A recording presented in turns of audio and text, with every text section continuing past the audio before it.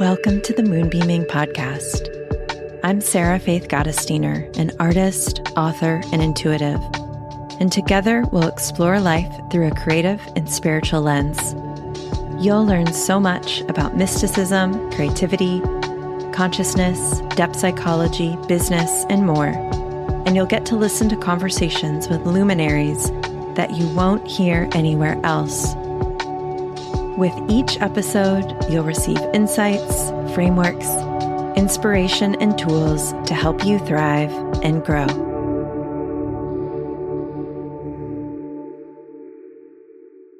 Hello, welcome. Welcome back to Moonbeaming. I am Sarah. I'm your host of this podcast. I'm also an author. I'm a business owner. I'm an artist.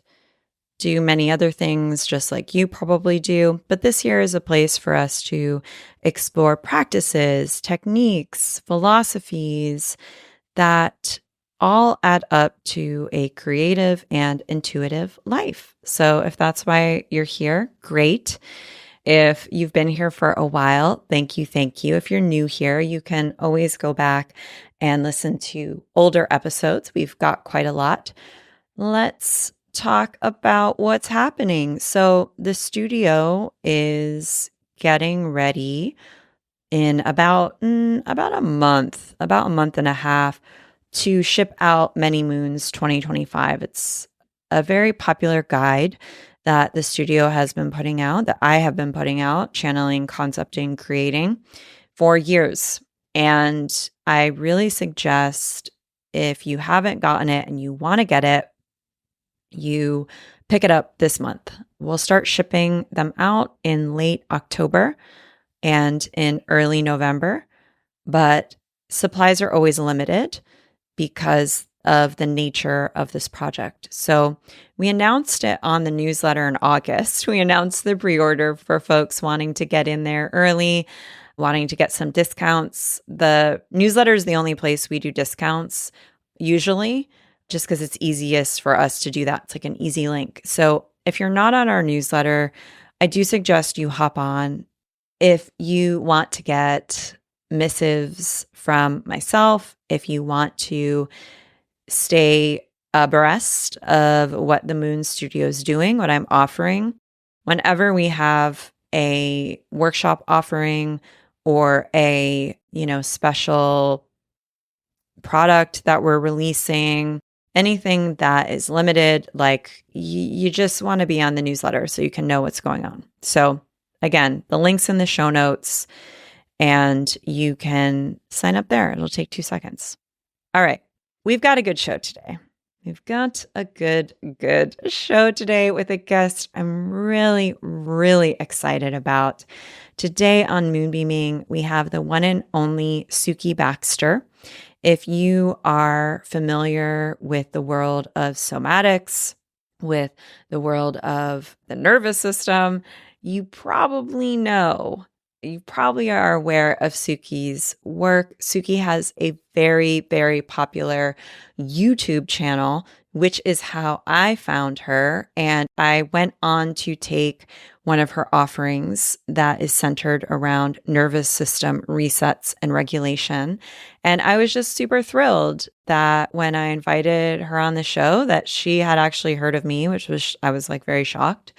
And she agreed to come on. And I'm just so grateful because her approach is very simple, but very effective. And so in today's episode, we get into the importance of nervous system regulation.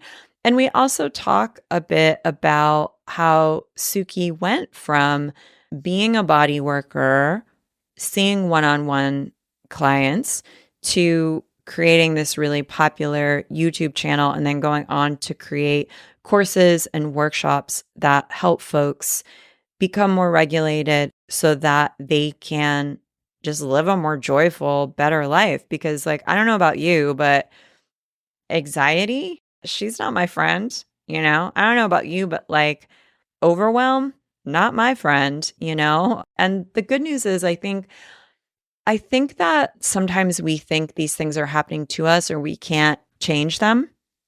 And that's just not true. And Sukie is one of the educators out there who helps people change their nervous system and their various states of overwhelm or anxiety. So that's what we get into in today's show. So let me read Sukie's bio so you can learn a little bit more about her. Sukie Baxter is an embodiment coach, author, speaker, and educator on nervous system regulation. She helps anxious humans go from constantly striving for external validation and feeling overwhelmed by stress or self-doubt to becoming purpose-driven individuals who cultivate inner peace, authentic success, and fulfillment in every aspect of their lives so that they can create a meaningful impact, unlock their true potential, and live a life of purpose, joy, and abundance. So if any of that sounds good to you, you're going to love today's episode. Enjoy.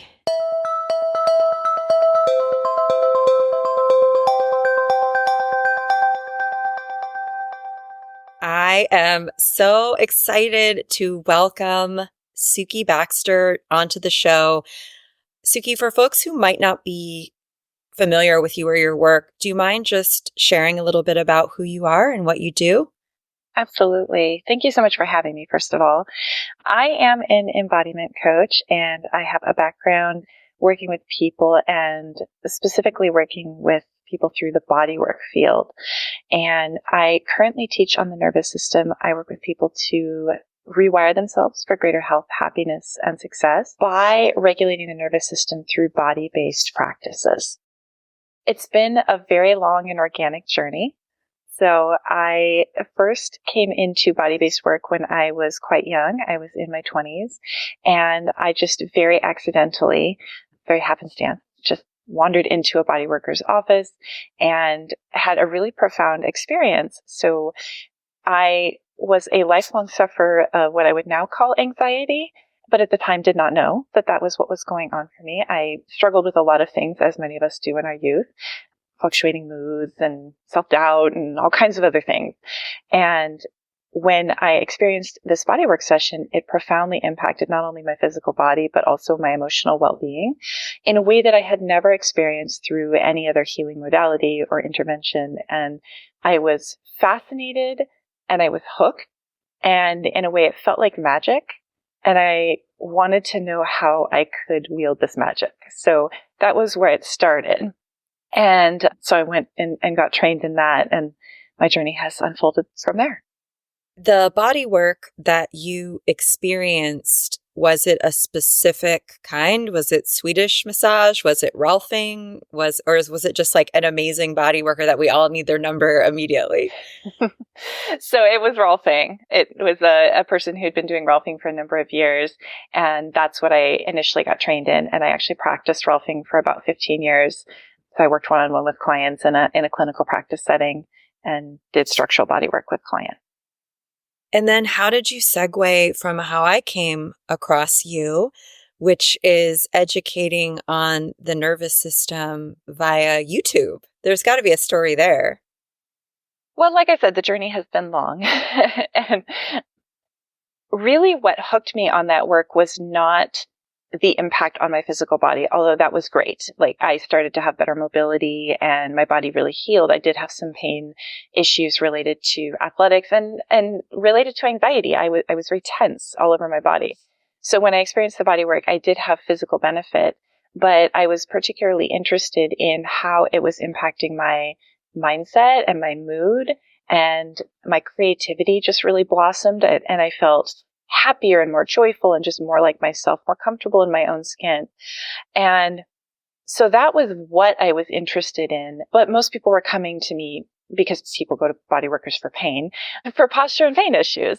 And some of the people who came to me had similar experiences where I saw people leave abusive relationships, do dramatic career changes. I mean, totally turn their lives over as a result of the work that we were doing. They really came into themselves, and some other people didn't. But I was the same practitioner. I was applying the same protocols to these people. And I was like, okay, well, why are some people having these profound shifts in their lives, and then other people aren't. And also, what is the foundation for this shift? How can I make this more predictable? How can I understand what's really going on here?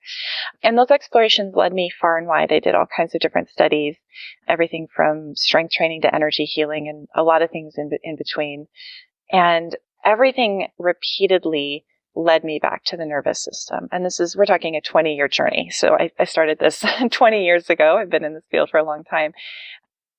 So it wasn't that like one day I woke up and I was like, it's the nervous system. It was this sort of continual putting the pieces together and following the clues until it all coalesced. And I was like, I really think that this is the nervous system at work. And when we have a healthy and well-functioning nervous system, there is almost this magic alchemy that happens where we're able to be truly connected to our authentic selves.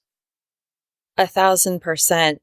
I don't know why a lot of things aren't taught when someone is, say, like 10 years old. If this was taught in preschool, it was like, I just learned about this maybe 7, 8 years ago.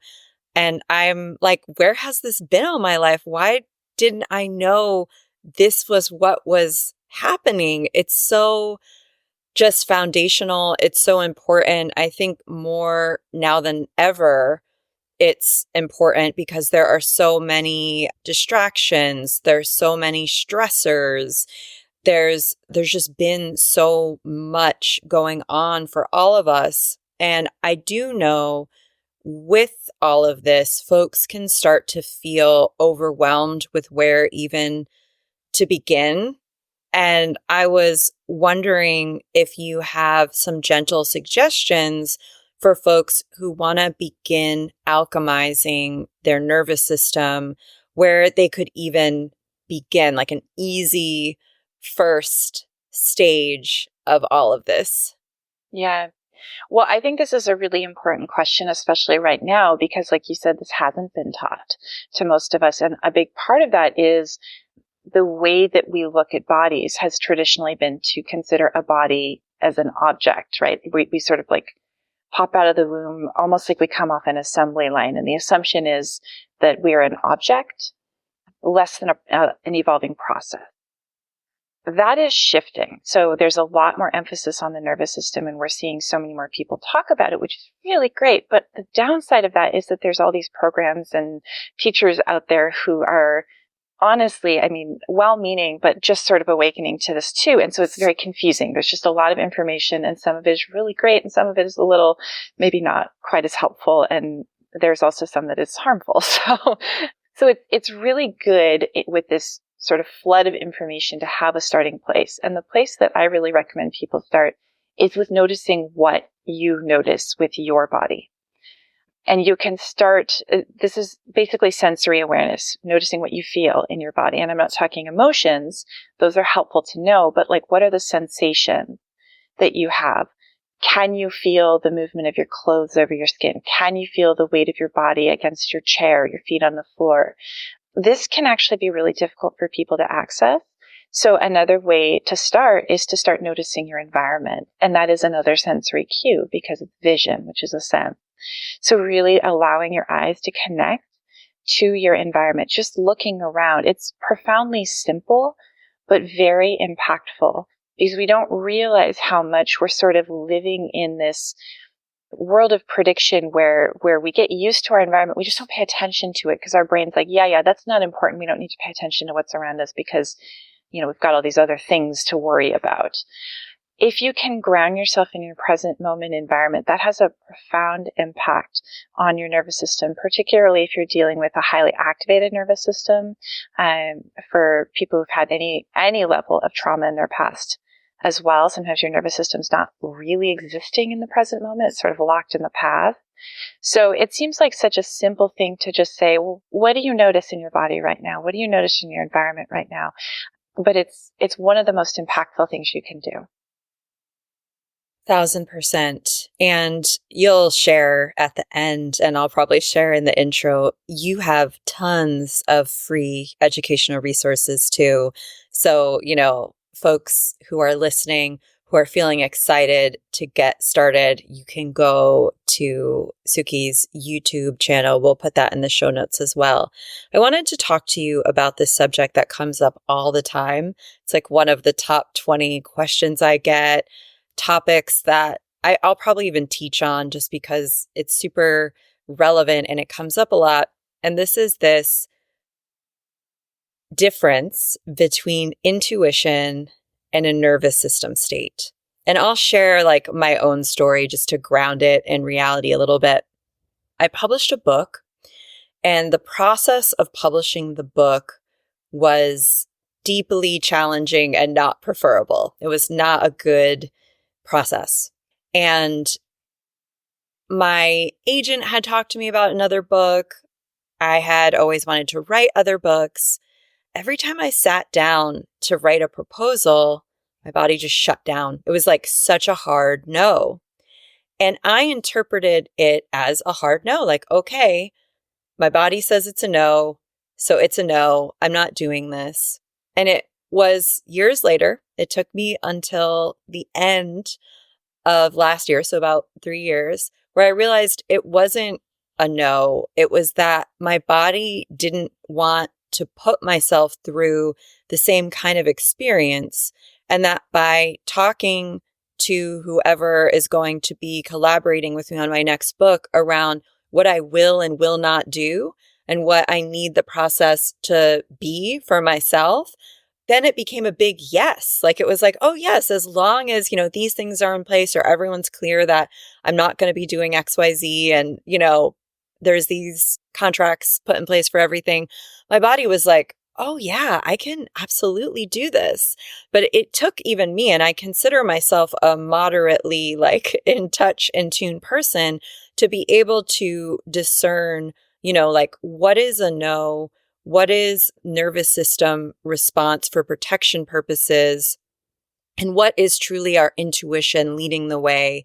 And so I was wondering if you could share a little bit about, like, in your sense, how can folks begin to develop that discernment between, hey, maybe it's just a habitual, maybe we're in shutdown, or, maybe it's this habitual pattern our nervous system has found itself in, and it might not necessarily be our intuition.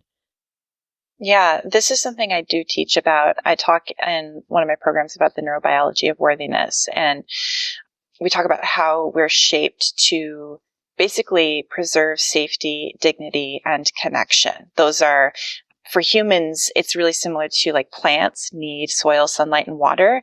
Those are our nutrients. We need safety, dignity, and connection. We are hardwired for connection to other humans, to maintain to be part of a group.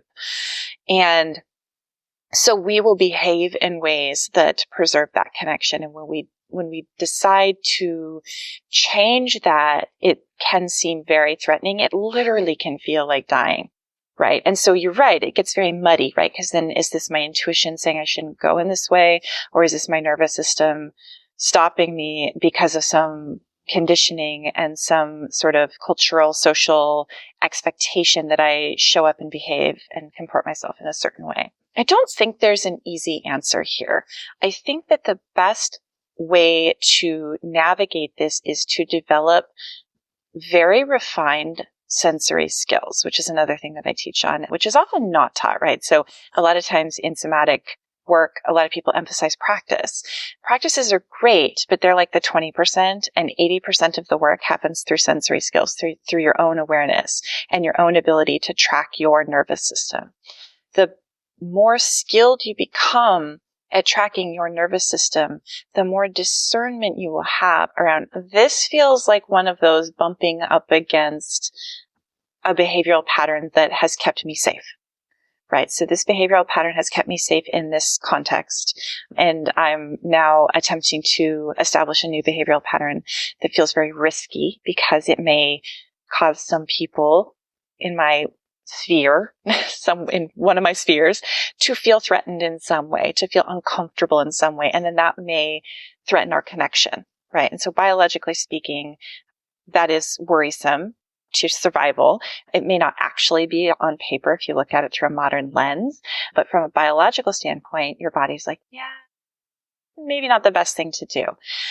And so the sensory skills allow you to recognize those patterns because it kind of feels the same. And you're like, oh, there's that thing again, right? Whereas intuition telling you that's not the right thing, I think feels generally more grounded. It has, for me and my body, it has a very different feeling when my intuition's like, that doesn't feel like the right path. That doesn't feel like the right door for me to walk through. That doesn't usually feel the same from a sensory standpoint in my body. For me, it feels very clear. It feels very grounded. There's no sort of drama around it, right? Whereas when it's something that I'm bumping up as a limitation, that feels much more intense to me. It feels much more grippy. It feels much more fear-based. And fear has a certain pattern for me. And everyone is going to experience all emotions slightly differently in the body. So again, this brings us back to like knowing your sensations and your sensory patterns, your individual ones, is just, I think, of the utmost importance for living, a self-led life.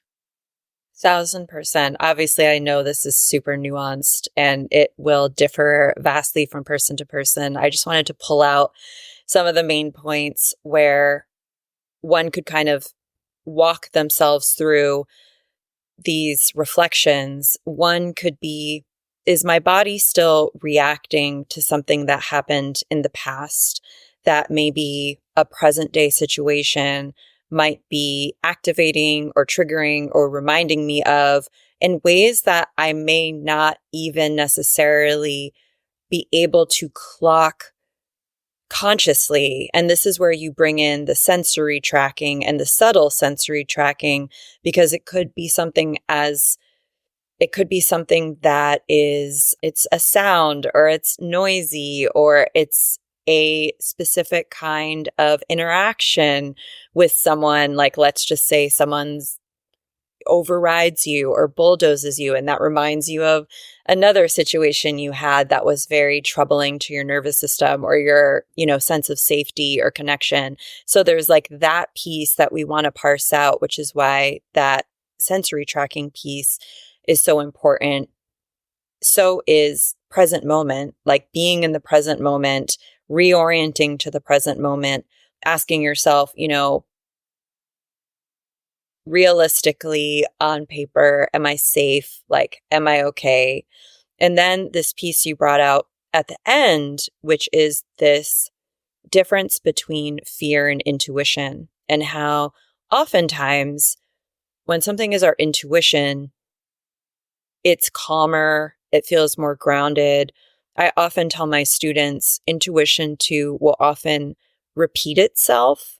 Like, well, you always wanted to go to Bali or whatever, or, I'm not sure about this coworker or, whatever it may be. It kind of repeats itself, not in a like guilty way or a shame-based way, but kind of in a clear way, like, oh, this just isn't the right space for me, or this isn't a good fit. And I often find, and I want to hear what you have to say about this, so it's not fear. Like, let's be really clear. Fear is a totally different sensation. And also, we often can have a fear, stress, anxiety, guilt, shame, you name it, response to our intuition because we might be afraid that, just as you said, we're going to make our family unhappy, our friends unhappy. What are people going to think of us? It goes against some kind of idea that we've had about ourselves for our entire life, that this might go against. Oh, wait, my whole life I thought I was an introvert and now I'm going to be on TEDx, or like anytime there's some kind of affront or some kind of growth edge, anytime there might be some change, some unknown, I think a very normal response, but particularly for folks who are sensitive, who might have anxiety, there is that kind of protector piece that can often masquerade as fear or anxiety. And so I was wondering, what your experience around that has been, and if we can go a little deeper around some ways to navigate the response to the intuition. this is very nuanced. And I think that, I mean, as I'm sure you're aware, these are skills that you develop. And again, we live in a culture where like people, probably not a lot of people in your audience or my audience, but just kind of collectively, this culture really wants instant solutions and easy answers, right? Like, what is the 3-step formula to overcoming fear or whatever thing? And this is really a process of getting to know yourself extremely well, getting to know your shaping influences. Like, where do I come from? What shaped me? What were the expectations? These are questions you can ask yourself. When did I feel safe in my communities? My family, my community, my social groups, spiritual groups. What makes me feel safe in those groups, and what has historically made me feel safe? And when is it like, that's not okay? What's taboo in those groups? That'll give you a really good clue as to what has shaped you. And then again, coming back to those sensory skills, really being able to track your sensations, because, you said something that was really interesting. You said, well, this could be reminding me of another situation in my life where this happened in the past. But so much of what we experienced and what shaped us was nonverbal. And so a lot of times we feel these sensory experiences. And again, this is why I think the sensory world is so helpful, is because we can really get to the base of things. We can actually tap into experiences where we don't have words around, because maybe we're so young when these patterns started that we just feel this grip, this like paralyzing grip of, I cannot do this. I cannot move in that direction. It feels like dying. But we have no idea why. We can't think of a memory or a reason or logic in any way, shape, or form. So when we begin to be able to map that from a sensory standpoint, it really allows us to, know where we come from, kind of have an idea cognitively of what might have shaped us and where we might have our edges, and then really get to know our sensory patterns. And we can start to recognize, oh gosh, this thing comes up a lot in these types of situations. And when you start to recognize those patterns, you can become much more clear about when you're being intuition-led or fear-led. And the other thing that I would say is that sensory skills plus a connection to desire are what give us agency, because typically in this culture, again, we move away from pain. There's very little conditioning for us around moving towards something, right? Moving towards a reward. We tend to be like stick motivated. If you talk about like carrots and sticks, we tend to be much more stick motivated. When we can connect to desire, and I'm not talking about, the kind of desire that is cultivated through a lot of like contrived marketing, but like our true intrinsic motivation. And we have those sensory skills. Then we have agency in our lives, and we can make decisions that move us in directions that feel very aligned for us. I love this. And as you were speaking, I want to share with the listener this process that is a lifelong process. This is also how you connect to and build your intuition. And the only way you can do so is by doing so. Like, there's no way around it. And yes, there are going to be, trips and falls and stumbles. You could be like me. I mean, I was very shocked in this story I told you, because again, I'm someone who thinks they're highly intuitive. And even I had my own areas where like I misconstrued, this kind of shutdown for my intuition. So it's like a lifelong thing. And because we're living life, we're constantly repatterning, we're constantly growing, we're constantly shedding, we're constantly reorienting.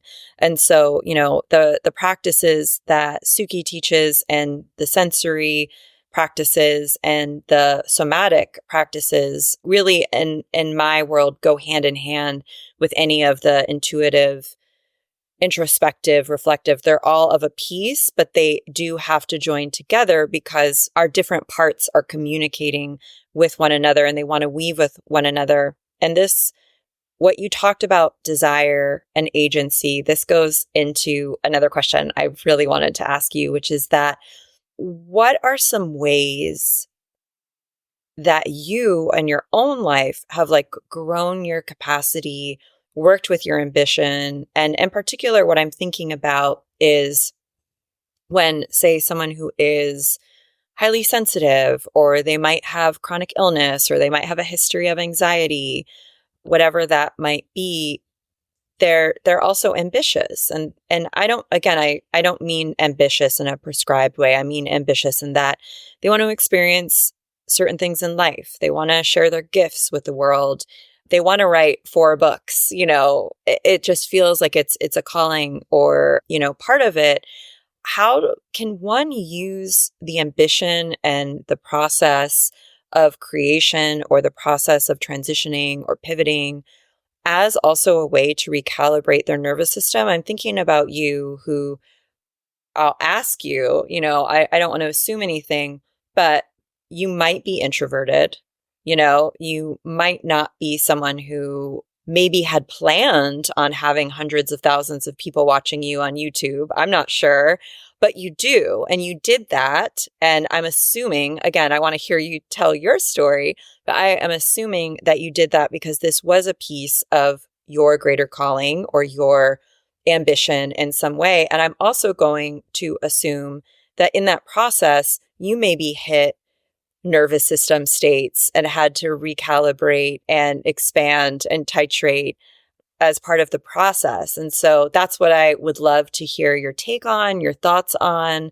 Yeah, I am an introvert. I've always said that for me, extrovert is a verb. It's something that I do. I can extrovert, but I am an introvert. I love my alone time. I'm very happy by myself. I have a very rich inner world. So I'm very happy spending time by myself. I'm never bored.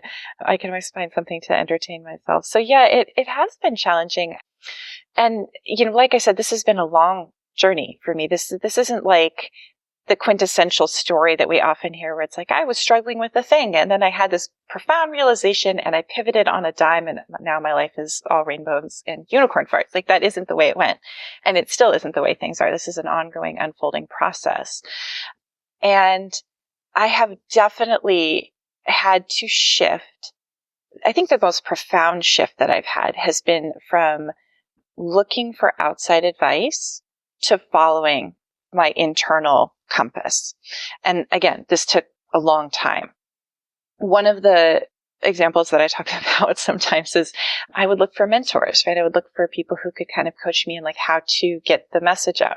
For a long time, I was really frustrated because being in the bodywork field, people sort of put you in this little box where you're only really allowed to talk about physical things like muscles and fascia and things that are below the neck, basically. But I was learning more and more that what was going on in people's bodies had a profound nervous system component. It was the majority of the issue, not even a small piece of it. And as I started talking about this more and more, it just didn't connect for people.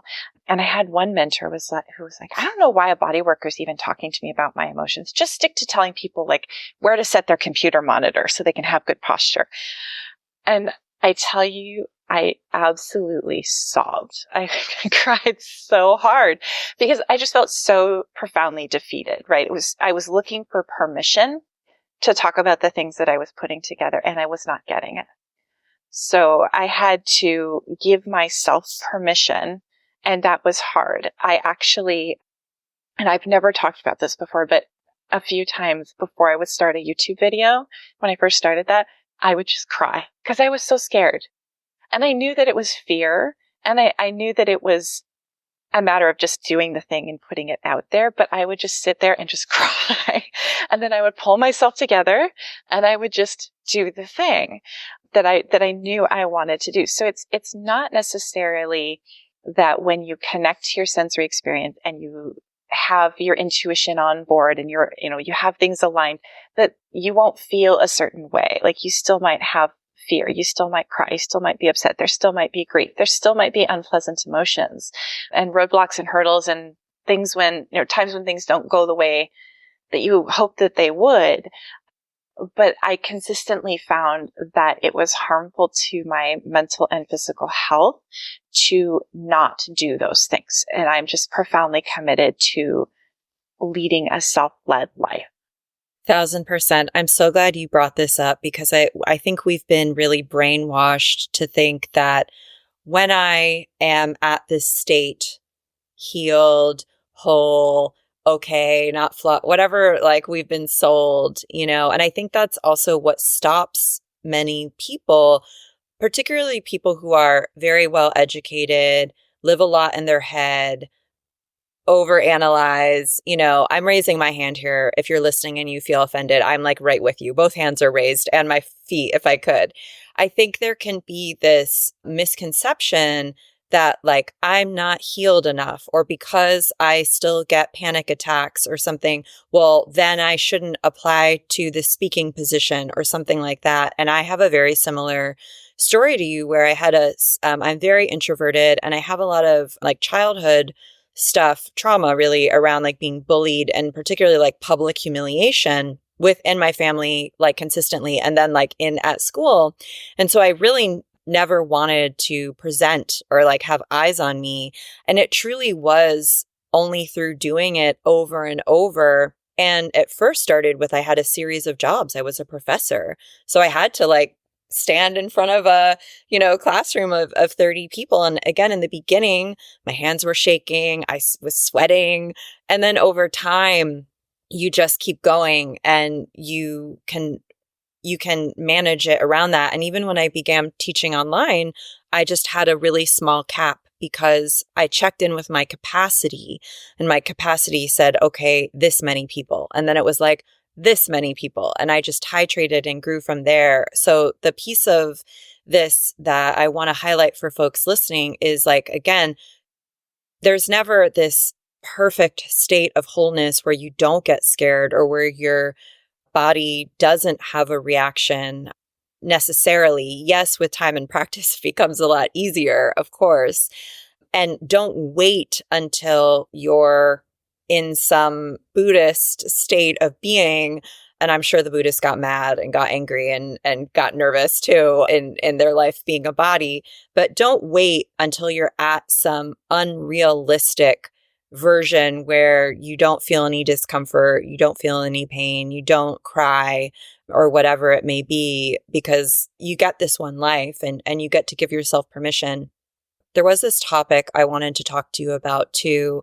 And this is specifically for, I think, folks who might not have the higher capacity or attunement to being able to figure out somatic sensations or that subtle sensations.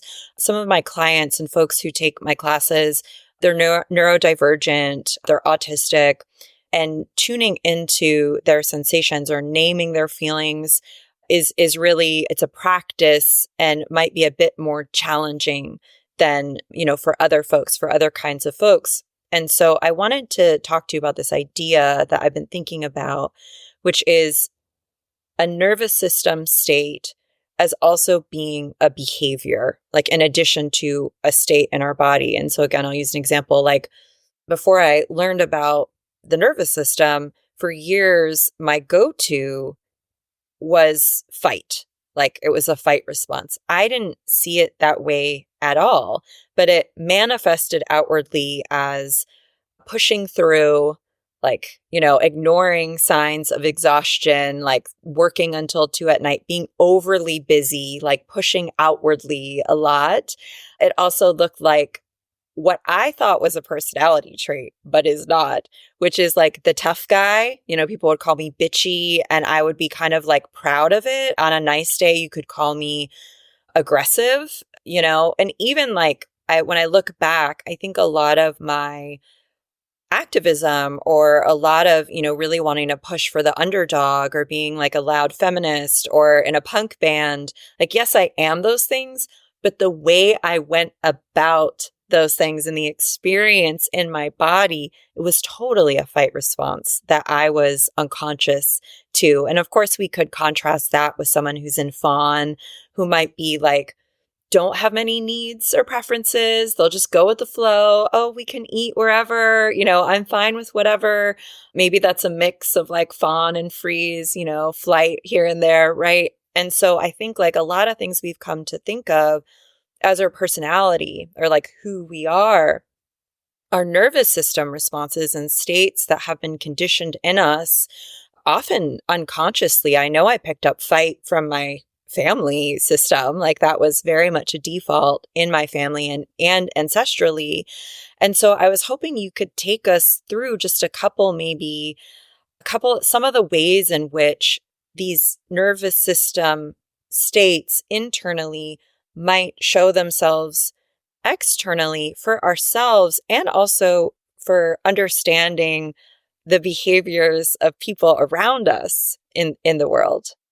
I think you bring up a good point, which is that we can use our patterns and our behaviors to give us clues about what our dominant nervous system state is, where we like to live, right? We generally, we all have all the nervous system states, but sometimes we kind of make a home in one. We're like, yeah, I'm going to get really comfy here. This is where things are working for me, or have in the past worked for me.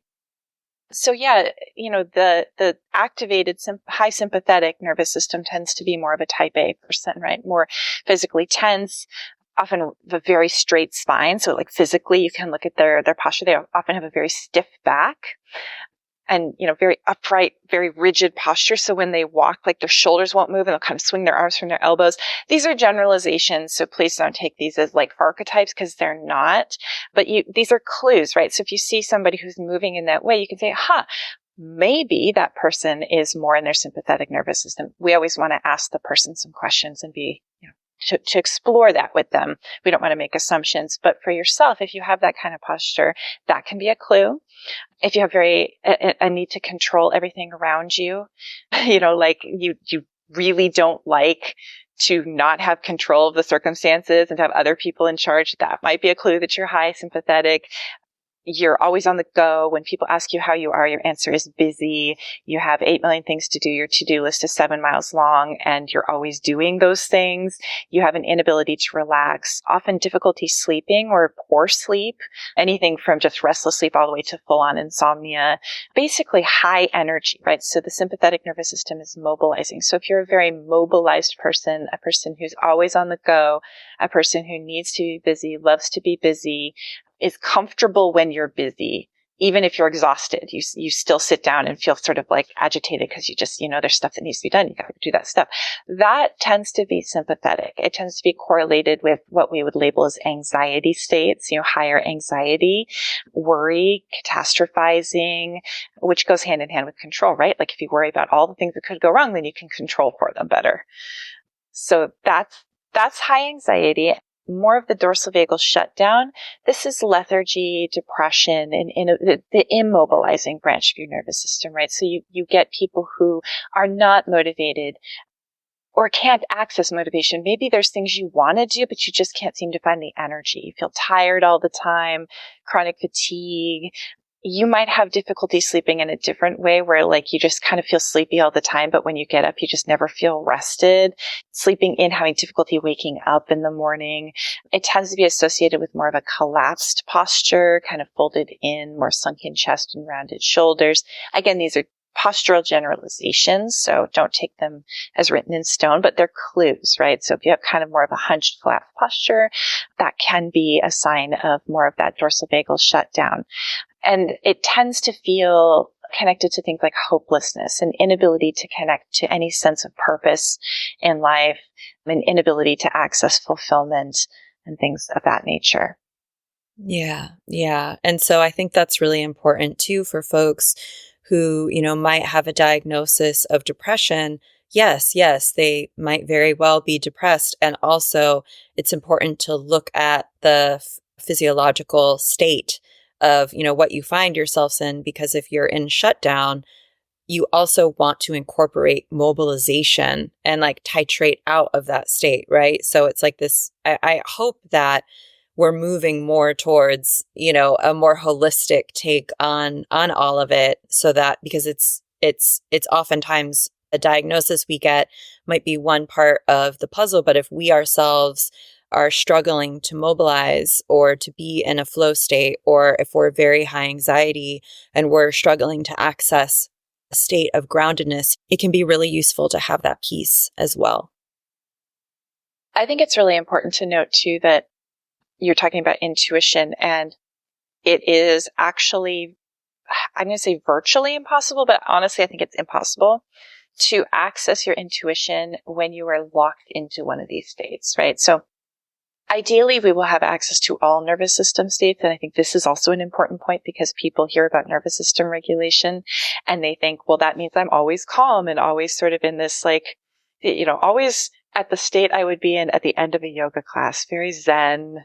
And that's not true. A regulated nervous system moves through all the states as needed, right? As the circumstances require. So if we are in a survival situation, we need our sympathetic nervous system. We need to be able to access our fight or flight response so that we can preserve life in intense situations, for example.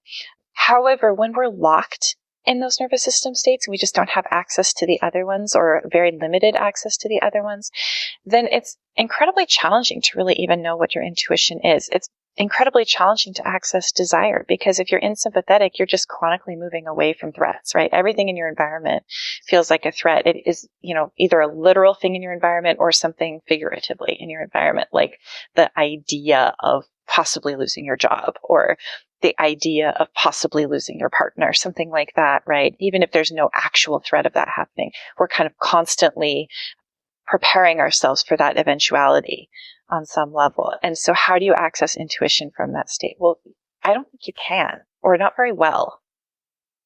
1,000%. And you brought up another topic I wanted to hear from you on, which I think is this, again, this, I don't know where it comes from.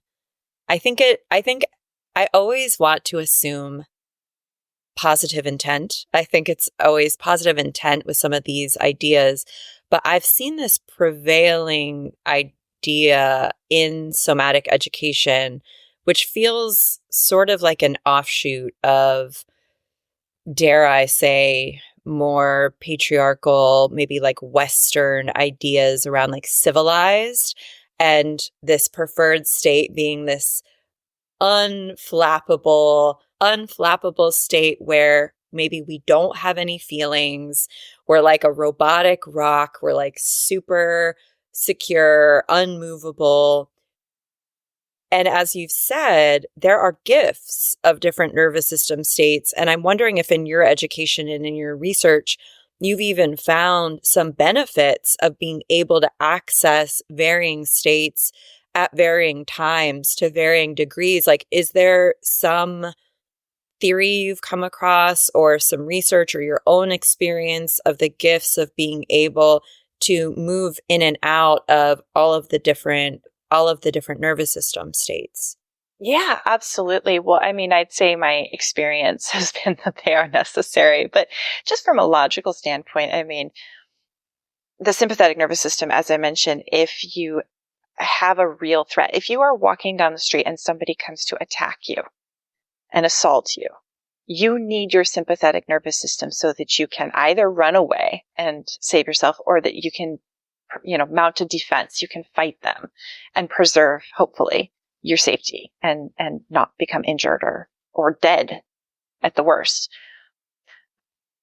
We also have hybrid states, right? So I didn't really address that, but we combine these states. So like your sympathetic and your ventral vagal combined for things like play and friendly competition, right? We're not calm when we're playing pickup basketball with friends, or I do equestrian sports. So when I'm out riding my horse, I am whooping and hollering and having fun and chatting with my friends, and we're laughing and giggling, and we're active and we're breathing hard. We're trotting along, we're going up hills and up mountains and things. I am not calm.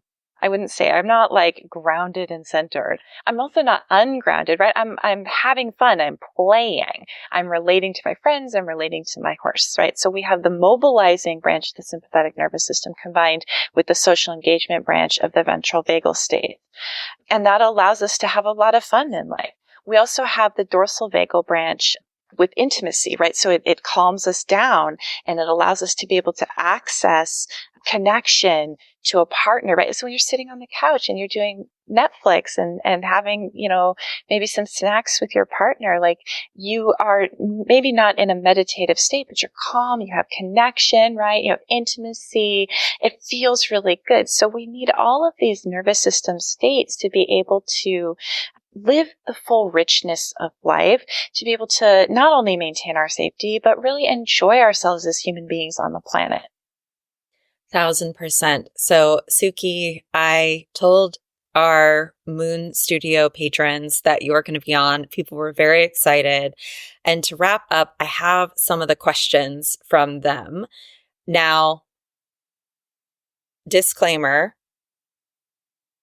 my folks are really deep. So they ask really deep questions. Probably your classes address, the fullness of it. So I'm just saying my disclaimer is that Sukie is going to attempt to answer these briefly with some pointers. This is not a substitute for medical advice. This is not a substitute for a long course. And of course, these questions, the reason why I also love these questions is that they highlight how diverse people's experiences are. So it's never one size fits all. So, if you're listening to this and you're getting excited or want to know more or feel ready to practice, you can absolutely sign up for Sukie's classes. You can go to her YouTube channel. You can find a somatic experiencing practitioner or an educated body worker in your area. I just wanted to say that because, just so we know, we're just going to kind of try to go through some of these because they were great questions, though. And I know that they're questions that other people have. And I'm sure you get these kinds of questions as well. So here is the question. This person was talking about having medical stuff and like anxiety and like doctor's office stuff. And so their question in relationship to that was, how do you work with your body when it is a source of anxiety? How can one find refuge in their body when it doesn't feel safe? Yeah, that's such a great question. So if you're dealing with medical issues, say you have some kind of a chronic condition or possibly even a terminal condition, right? Like that's intense to have to live with that on a daily basis. And what I do with people that I work with is we work to find some place in their body that feels either pleasant or neutral. Because no matter what you're experiencing, there's something in your body, someplace, even if it's your pinky toenail, that doesn't hurt, that there's no charge, right? That you can be present with that part of your body and it's okay. It's okay to be there. Having one safe place in your body will take the activation in your nervous system down. Even if it's just a teeny little notch, that's okay, because nervous system healing is not this binary, like you're either well or you're not well, or you're either sympathetic or parasympathetic. It's always about kind of moving the needle in the right direction. So if you can find that place that's pleasant or neutral and really be present with it, it will move the needle even marginally, even if it's just a teeny bit. That's progress. And then the other thing I would say is for people with really intense stuff going on in their body where maybe they just can't access it. And this can be the case for people who have really profound trauma, for example. It's just very hard to have any sensory experience, or putting your attention on any part of your body can feel very charged. Then the environment becomes your resource, right? So connecting with anchors of safety in your environment, finding things that draw your attention, that feel very good to put your visual senses on, can be very nourishing. And that's a great place to start. Right. I love that. So even if there's like a smooth stone they like to hold, or even if they notice when they're taking a bath that maybe their pain goes down, even just like a little bit, like just starting in the areas where it's less than or it feels neutral. I love that. This is one that I know many people can relate to. I'm really curious to see how you're going to answer. How do I start a routine? I am severely ADHD and can never consistently stay on top of practices. I'm looking for simple exercises I can incorporate wherever I am. What are some suggested methods for someone like me who has to constantly magically remember my toolbox? Yeah, I love this question. So the beautiful thing about sensory skills is they go with you everywhere. You are always sensing in your beautiful ADD-ness. I love ADD people because they're so brilliant, bright. They're such bright spots. So much curiosity, right? You can take that curiosity and be curious about how your body is interacting with whatever environment you're in.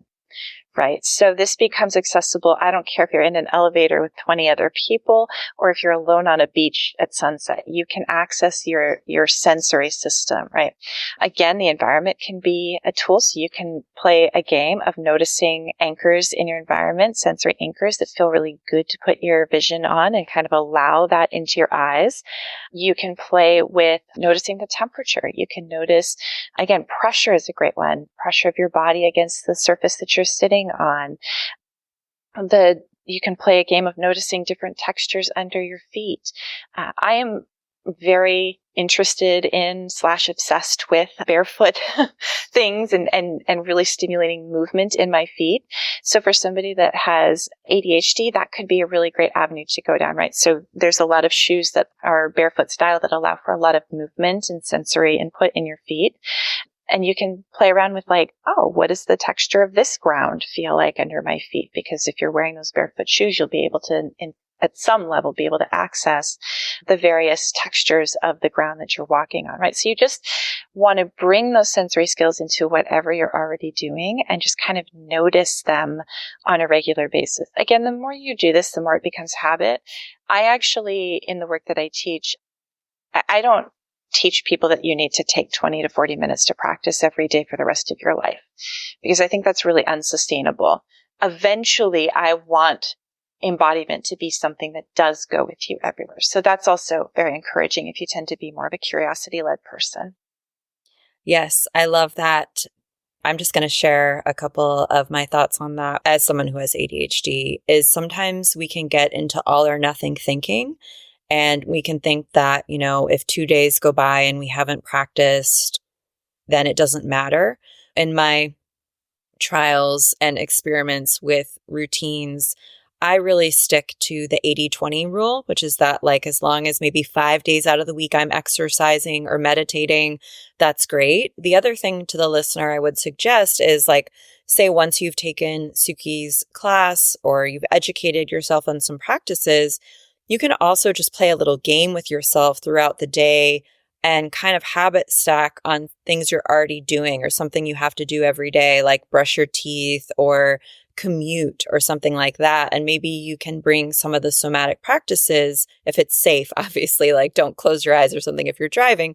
But if it's safe, you can pair the somatic exercise with something that you're already doing. It doesn't have to be another thing you do. It can be something that you do while you're already living your life. Do you have time for just a couple more questions? Is that okay? Okay, great. As a sensitive person with anxiety who has a customer service job, I find I feel extremely defensive all the time. It's beginning to impact my relationships because it carries over. Any tips? Yeah, that's a big question. As you said at the beginning, right? This is one with a lot of nuance to it and one that is probably a journey that someone might end up going on. But this is really about recognizing what's yours and what's somebody else's. And again, it goes back to what I talked about that I teach on, which is that neurobiology of worthiness piece, like how we're shaped. So some questions I would have for somebody who finds themselves really wrapped up in like other people's trauma, because that's what happens, right? With customer services, people put their trauma on people who don't have a lot of control over, the things that are often triggering people's trauma. It's a difficult place to be in. I would be really curious if in your life you in some way, shape, or form felt responsible for making sure other people were okay so that you could be okay. And this gets lots of labels from psychology. I don't like to label it as certain things because then we pathologize it a little bit. But I think a lot of times, especially as children, we don't have a lot that we can do. We can't leave, right? We can't survive on our own. We often can't fight because we're awfully small, although some children do use that as a strategy.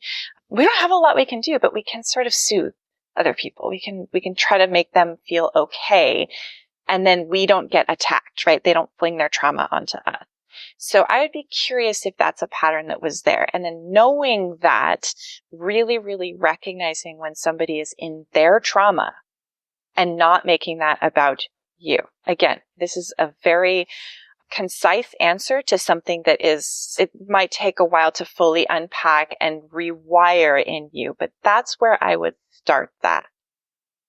Yes, it is a very large question. I also think sometimes like defensiveness is this signal that we have worked ourselves up into, there's like bouquets of different emotions and states with behaviors such as defensiveness, which is like exhaustion, resentment, feeling very, so I do energy work, and I guess, you're familiar with that too. I once did, a lot of times I will do energy work on myself when I find myself replicating energetic patterns unconsciously. And like, I'm often shown pictures. And once I was shown my energy field as like, in one of those like detective movies, and the person like is in the warehouse and they have the gun and they're just like, like just hyper vigilantly, like just circling. I was shown that's what my energy was. It was just like waiting. It was super defensive and it wasn't helpful on any level. And the other thing I just want to tell the question asker, for me at least, like this changed a lot for me. And actually, maybe you can chime in on this too. When I realized that this defensiveness was a state I was putting my poor, sensitive, beautiful, innocent body through, that helped me a lot because I didn't want to keep taxing my adrenals. I didn't want to be so tense all the time. I knew that as long as I was behaving within my integrity and with kindness and neutrality, I wasn't activating or triggering the person who, as you said, wanted to dump all their stuff on me just because I'm like a business owner or another human in the world. I realized it was like that adage, I forget, maybe it's resentment or bitterness or anger is like drinking poison and expecting the other person to get sick. Like I was realizing, oh, this is just a state that my body is in over and over. And ultimately, it's quite harmful to my beautiful, innocent body. And it's a very deep-seated pattern. And to Sukie's point, this is like a journey and a process that might include therapy. It might include many classes. It might include maybe even eventually changing your job. It might be that, or staying in customer service, but maybe you do it online, like not face to face or, something of that nature. But yes, I just wanted to bring that up because I am positive that many people have this experience, and essentially everyone is in customer service. If you're alive, you're kind of in customer service. Can I just add on to that a little bit? So I really like that you brought up changing the job. And I think that's an important point. Now, changing a job won't fix the pattern.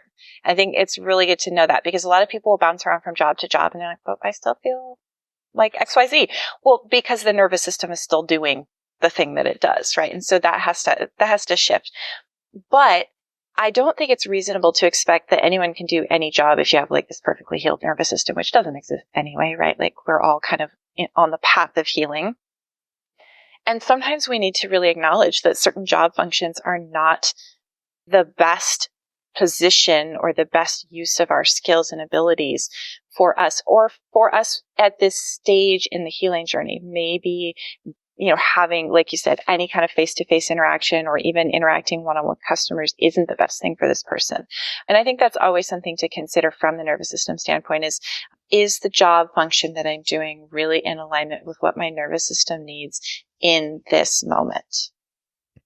Yes, beautiful. Okay, one last question, another banger. I said, like, my people, they go very deep. They really want to know all the things.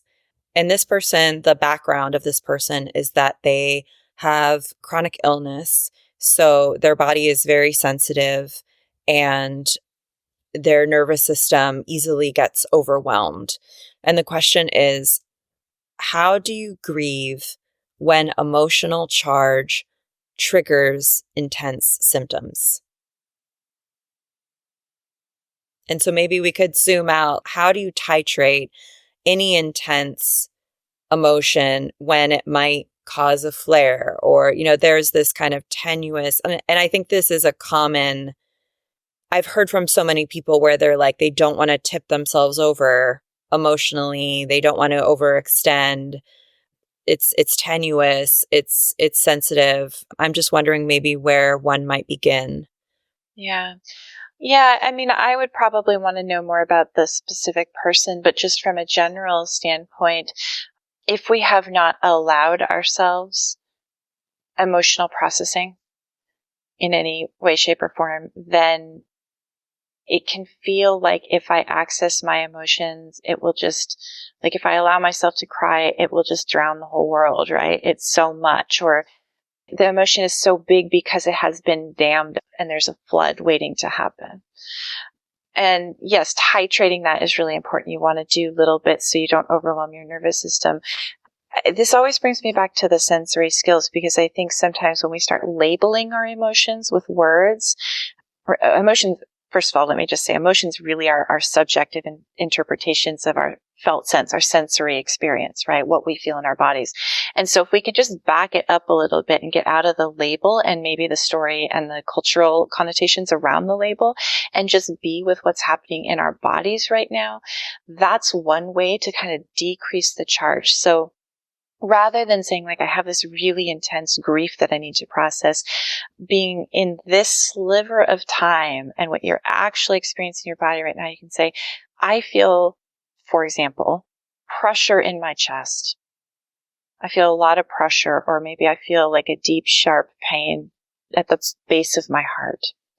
And just to allow yourself to feel that, even for a moment, even for 5 to 10 seconds or a minute, whatever feels doable. It's not going to feel comfortable. It's going to be probably unpleasant, and that's okay. That's part of the human experience. But within your zone of tolerance, your ability to be with it without really, like you said, experiencing some flare or kind of tipping over into where it's just overwhelming and too much. Sometimes just acknowledging those sensory experiences can be part of the process of titrating really big emotions we don't quite know how to digest. Sukie, thank you so much for your time, your generosity, your knowledge, and everything you do in the world. Can you please let folks know how they can find you and what some of your courses, your classes are? So if they want to sign up to work with you, to study with you through one of your programs and practice, where they can do so. Yeah, absolutely. So online, you can find me at wholebodyrevolution.com. I'm sure you can put the link for people to find that. On YouTube, I'm youtube.com/Sukie Baxter. And I'd love to see you there. And right now, my programs I have one called Tonic, which is a 30-day practicum, although you can do it over more time, depending on your nervous system. But it's basically 30 sequential practices that allow you to start the process of rewiring your brain and body to be more resilient in your nervous system, to really get out of the charged states that you're in and leverage the power of neuroplasticity to do that. And it's very practical. It's very movement based. So that is available now. And then I also have the Nerve Apprenticeship, which is a deeper dive into neuroplastic healing. And we run that twice a year at present. And you can find more if you go to Whole Body Revolution, I believe, /nerve. You'll be able to sign up for the wait list and get more information when we're enrolling for that. Yeah, and I'll see you there. I'm definitely signing up for that one in the fall. So thank you again. Have a wonderful day. We're so grateful that you came on. My pleasure. Thank you so much.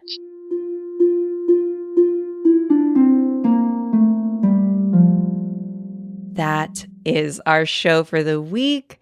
Thank you so much for being here. Thank you for your reviews. Thank you for sending the episode to a friend.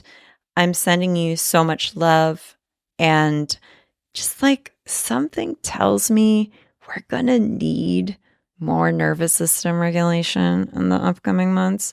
So, mosey on over, click on over to Sukie's YouTube channel, and she can help you get started pretty immediately, and let her know that you enjoyed this conversation. I'm sending you so much love. Have a wonderful week. Moonbeaming is a Moon Studio production. It is edited by the wonderful Amelia Ruby at Softer Sounds. and theme music is by Melissa Caitlin Carter of Making Audio Magic. Hire them both for all your audio and podcast needs. Thank you so much for tuning in. We're always looking for aligned sponsors. So if you are a business or creative who'd like to sponsor an episode or two, reach out. If you love this podcast, please consider joining our membership to support it, sharing on social media, passing it along to friends, or leaving us a 5-star review. We'd appreciate it so much, and we appreciate you. Thanks for being here.